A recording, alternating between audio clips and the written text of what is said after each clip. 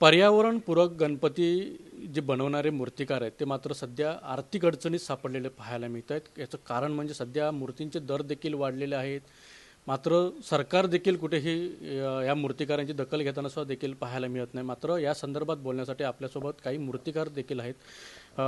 काय सांगाल, सध्या किती टक्क्याने मूर्तींचे दर वाढलेले आहेत आणि काय सांगाल?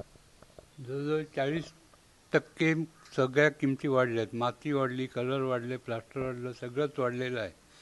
आणि त्या मूर्ती कामाचे मजूर आहेत ते पण आता डबल पैसे घेतात, पहिल्यासारखे आता मिळत नाही। तुम्ही मूर्ती बनवायला साधारणतः किती महिन्यापासून सुरुवात करता? 3 महिन्यापासून आमचं काम चालू असतं मूर्ती करायचं। त्यातून ही सगळी मजुरी वगैरे वसूल होते तुमची? जेमतेम होते, म्हणजे प्रॉफिट असं नाही, पण लॉसही नाही आणि प्रॉफिटही नाही, असं आहे ते। सध्या गोवा राज्याने असा निर्णय आहे की प्रति फूट 200 रुपये अनुदान मूर्तिकारांना दिलं जातं।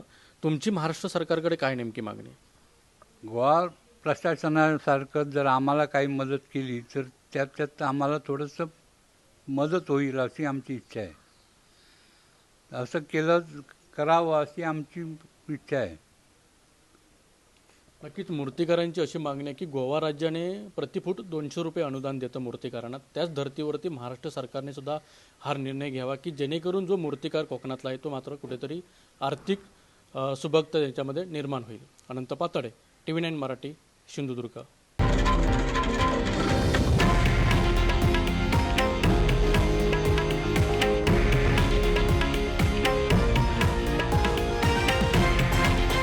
हे आहे देशातील नंबर 1 न्यूज नेटवर्क आणि आपण पाहत आहात TV9 मराठी, एकमेव।